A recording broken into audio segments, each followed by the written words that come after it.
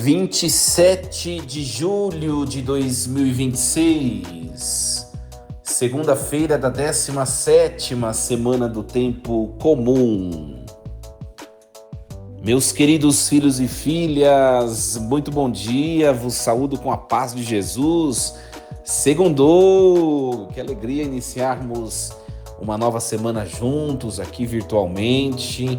Agradeço de coração vocês que partilham junto de mim a palavra de Deus todos os dias, né? Companheiros, irmãos em Cristo nesta missão, nesse projeto tão bonito de evangelização. Por isso, peço a vocês, não esqueçam de curtir este material, de compartilhá-lo também, aqueles que vocês acham que precisam e que querem escutar a palavra de Deus. É sempre uma alegria, não é verdade? Vamos iniciar este nosso programa neste comecinho de semana, de trabalhos, de estudos, em nome do Pai e do Filho e do Espírito Santo. Amém. Leitura do livro do profeta Jeremias, capítulo 13, versículos do 1 ao 11. Isto disse-me o Senhor: vai comprar um cinto de linho e põe-no em torno da cintura, mas não o deixe molhar na água. Comprei o cinto, conforme a ordem do Senhor, e coloquei-o à cintura. E a palavra do Senhor dirigiu-se a mim pela segunda vez, dizendo: toma o cinto que compraste e tens à cintura, levanta-te e vai ao Eufrates. Esconde-o lá na fenda de uma pedra. Fui e o escondi perto do Eufrates, conforme mandara o Senhor. Ora, ao cabo de muitos dias, disse-me o Senhor: levanta-te, vai ao Eufrates e retira de lá o cinto que te mandei esconder. Fui ao Eufrates, cavei e retirei o cinto do lugar onde o tinha escondido, mas eis que o cinto tinha apodrecido tanto que não servia mais para nada. E a palavra do Senhor dirigiu-se a mim, dizendo: isto diz o Senhor: assim farei apodrecer a grande soberba de Judá e de Jerusalém.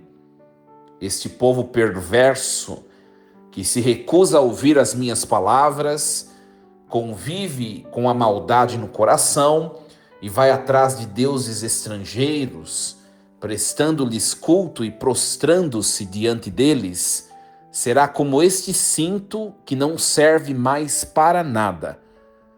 Pois assim como o cinto se une à cintura do homem, assim quis eu que toda a casa de Israel e toda a casa de Judá se unissem a mim, diz o Senhor, para ser o meu povo, honra do meu nome, louvor e glória, mas não ouviram.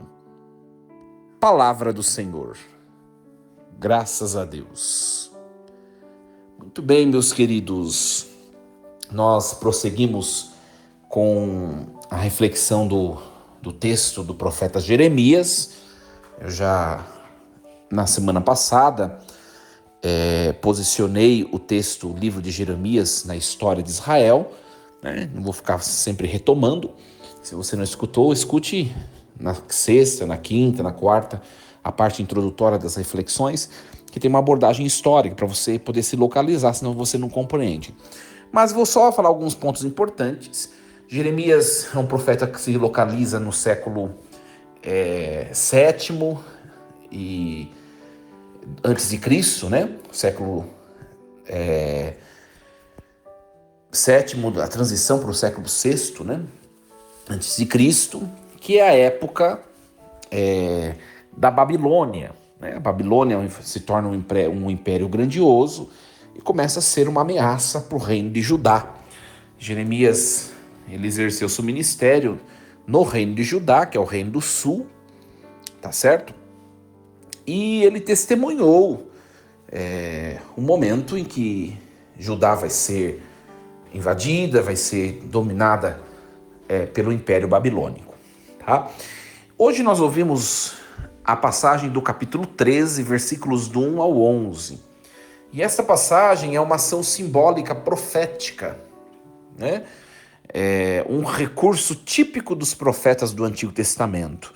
Então Jeremias ele não apenas anuncia a palavra de Deus com a boca, mas ele encena com seu próprio corpo. O cinto de linho, que é uma peça de vestuário íntima que se usava junto ao corpo, ele simboliza o povo de Israel. Tá? E esse cinto deveria estar unido a Deus como que um cinto que se apega à cintura de um homem. Mas não foi muito bem isso que aconteceu. O povo de Israel, né? Nós chamamos o reino de Judá, que é o povo de Israel, né? Em vez de se unir a Deus como um cinto à cintura de um homem, começou a se unir a deuses falsos, à idolatria, né? A perversidade social, econômica. Então, nós vemos aqui que o relato dessa perícope nos mostra uma ação que se desenvolve em 3 movimentos. O cinto, primeiro, ele é comprado e usado, depois ele é escondido às margens do Eufrates, e depois ele é resgatado, mas ele está podre, está inútil, se decompôs na terra. Tá? Então, olha só, cinto comprado e usado, depois o cinto é escondido e depois o cinto é resgatado, mas ele já não serve para nada. É a interpretação divina que revela que Judá, por seu orgulho e pela idolatria, se tornará inútil e será levado ao exílio. Esta é a imagem. Tá? Olha só. Assim falou-me o Senhor. Versículo 1 do capítulo 13. Vai comprar para ti um cinto de linho, coloca-o na cintura, sem deixá-lo de molho. Olha só. Então, o cinto de linho era uma peça simples, gente, que era usada junto ao corpo, que é o símbolo de intimidade, de serviço. De fato, o cinto ele fica muito próximo das partes assim chamadas íntimas do corpo do ser humano, né? A ordem não molhar o cinto aqui indica que o cinto deveria ser mantido no seu estado natural, puro, seco, pronto para uso. Então, a obediência imediata de Jeremias, por isso que ele usa a expressão no versículo 2, conforme a palavra do Senhor, eu comprei o cinto, coloquei-o à cintura. Então, Jeremias é obediente, é um traço marcante desse profeta. Ele se coloca inteiramente à disposição do plano divino, mesmo sem compreender plenamente o seu significado. Gente, Deus nos chama a uma intimidade genuína com Ele. O cinto representa a nossa vida hoje, assim como representou nesse texto o povo de Judá, o povo de Israel, representa a nossa vida. Algo que Deus quer usar junto de si. Muitas vezes nós queremos saber todo o plano antes de obedecer, e Jeremias aqui, ele simplesmente obedeceu. A pergunta que fica é, nós temos obedecido a Deus mesmo quando nós não entendemos o propósito completo? Quantas coisas na nossa vida nós não entendemos? Mas por que foi desse jeito, que aconteceu desse jeito? Por que eu não consigo transformar? Por que as coisas acontecem assim, não podem ser de outro jeito? Por quê?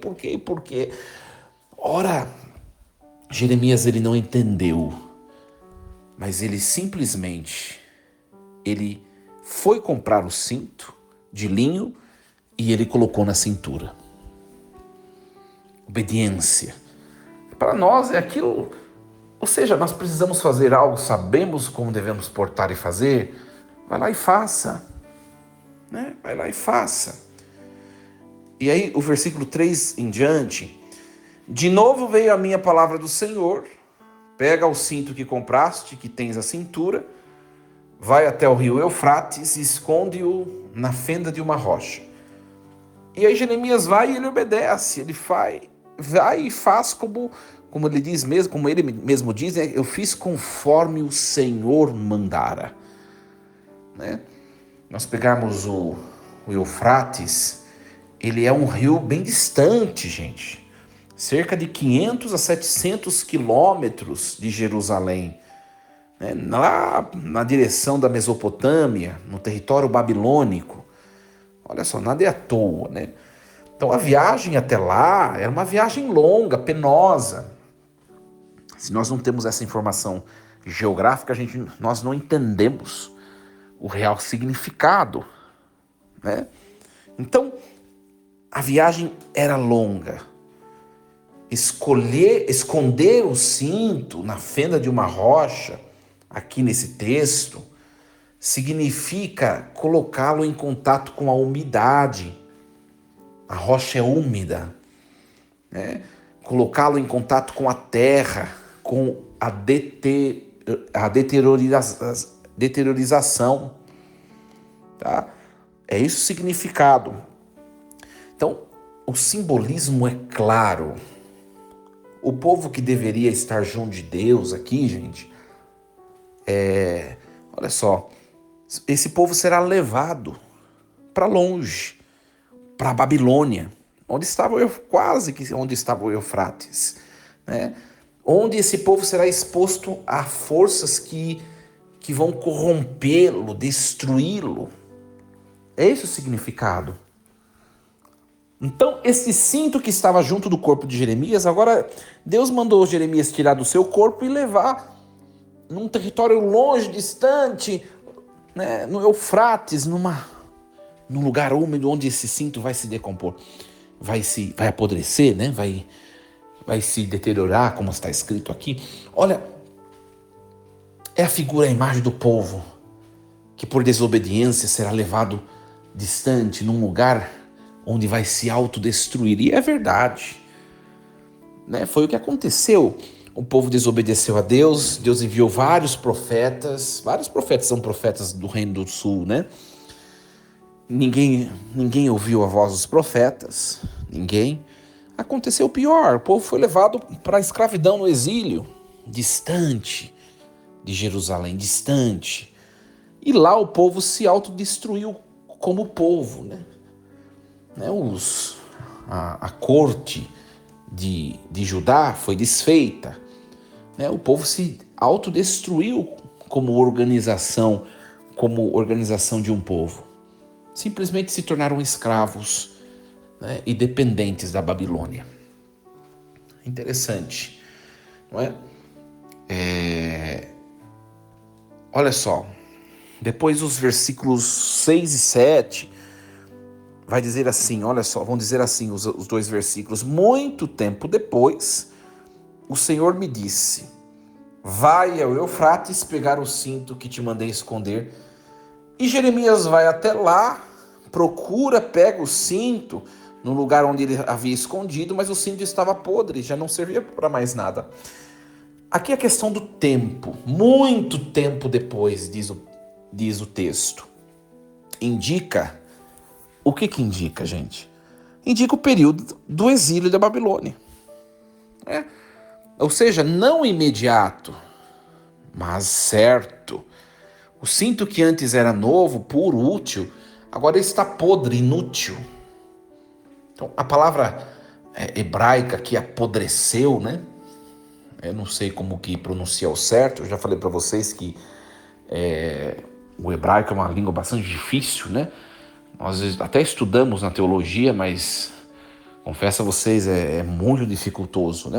Um idioma muito dificultoso. Nishat, né? Deve ser mais ou menos essa pronúncia.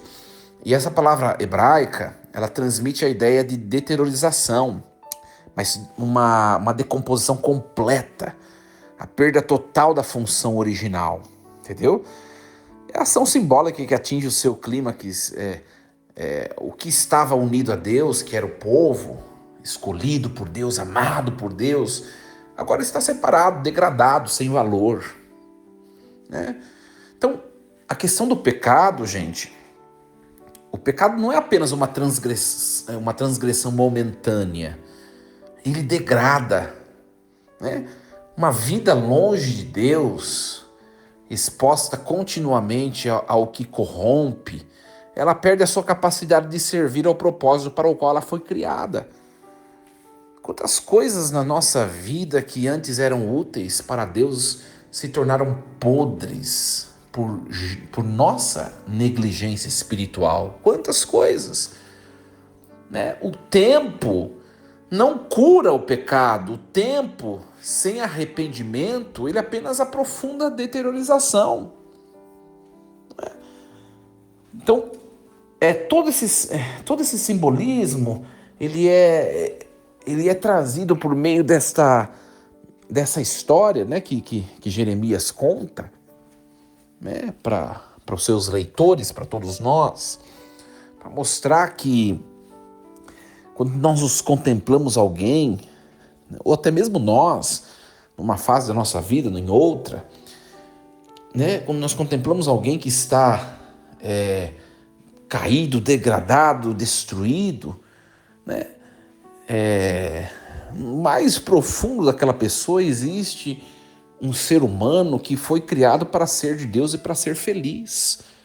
Só que os barulhos da vida, dos apegos, dos pecados e tantas experiências que foram tornando aquela pessoa do jeito que ela está hoje, mas ela não foi criada para aquilo.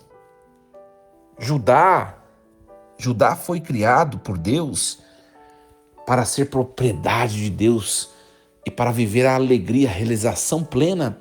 Só que Judá se esqueceu, passou a ser idólatra, a buscar outros deuses, né? A questão da corrupção, né? Da imoralidade religiosa e tantas outras coisas. Ou seja, tudo foi entrando numa bagunça e chegou onde chegou. O povo escravo no exílio. E aí parece que é Deus o culpado, né, gente? Essa que é a questão, né? Deus está o tempo todo nos mostrando sua palavra, nos mostrando sua vontade. Deus está o tempo todo agindo dessa maneira. E quantas vezes nós não escutamos, aí uma coisa não dá certo, aí a pessoa, Deus não cuida de mim, Deus não me ama, Deus não sei o quê. Mas espera um pouquinho, será que é Deus? Será que é Deus? Ou será que nós que não ouvimos a Deus? Né?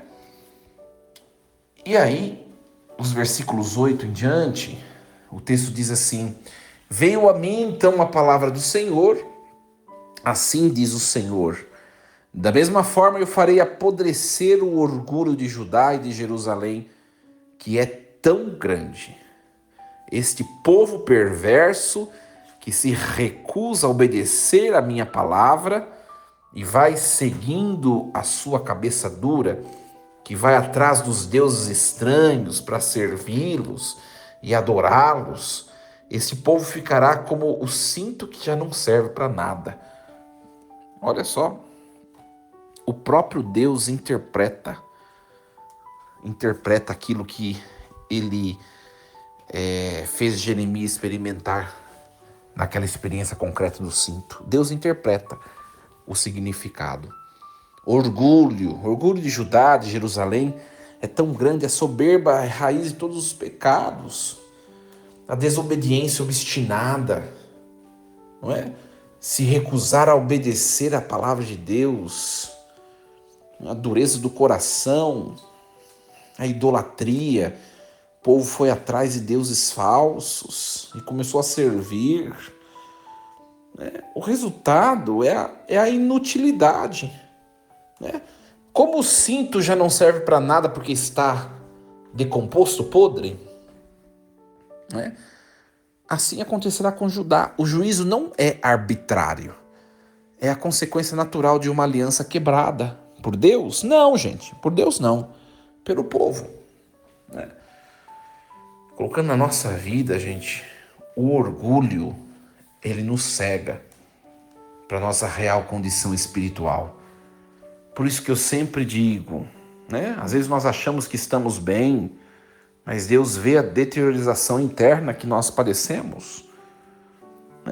A cabeça dura aqui é a teimosia em fazer a nossa própria vontade. E quando nós fazemos isso, nós substituímos Deus pelos nossos ídolos, né? O dinheiro, o poder, o status, o prazer, né? Então é um alerta severo para cada um de nós, né? Depois do versículo 11, vem mais a continuação da interpretação, né? Como o cinto se apega à cintura de um homem, assim fiz com que todo Israel e todo Judá se apegassem a mim, né? A fim de que fossem o meu povo, né? O meu renome, o meu louvor, a minha glória. Então Deus desejou que o povo estivesse unido a Ele como um cinto à cintura de um homem. Só que o povo não quis ficar unido a Deus, né? Fez rebelião, né? Fez birra, contrariou a vontade de Deus. É Deus, gente. Deus nos criou para nós cultivarmos com Ele uma relação íntima.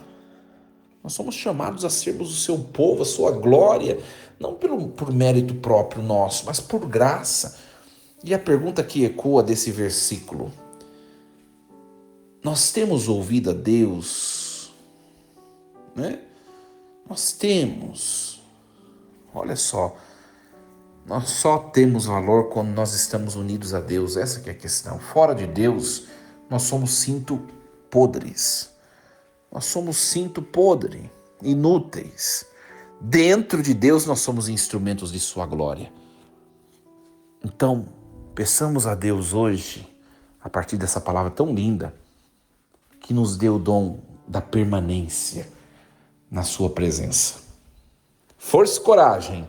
Em nome do Pai, do Filho e do Espírito Santo. Amém. Muito bem, minha gente. Desejo a todos vocês uma excelente semana, com muita paz, saúde, muitas alegrias e permanência em Deus, que é o fundamental. Desejo a vocês um excelente dia. Lembremos sempre, Deus está no comando de tudo. Até amanhã, minha gente.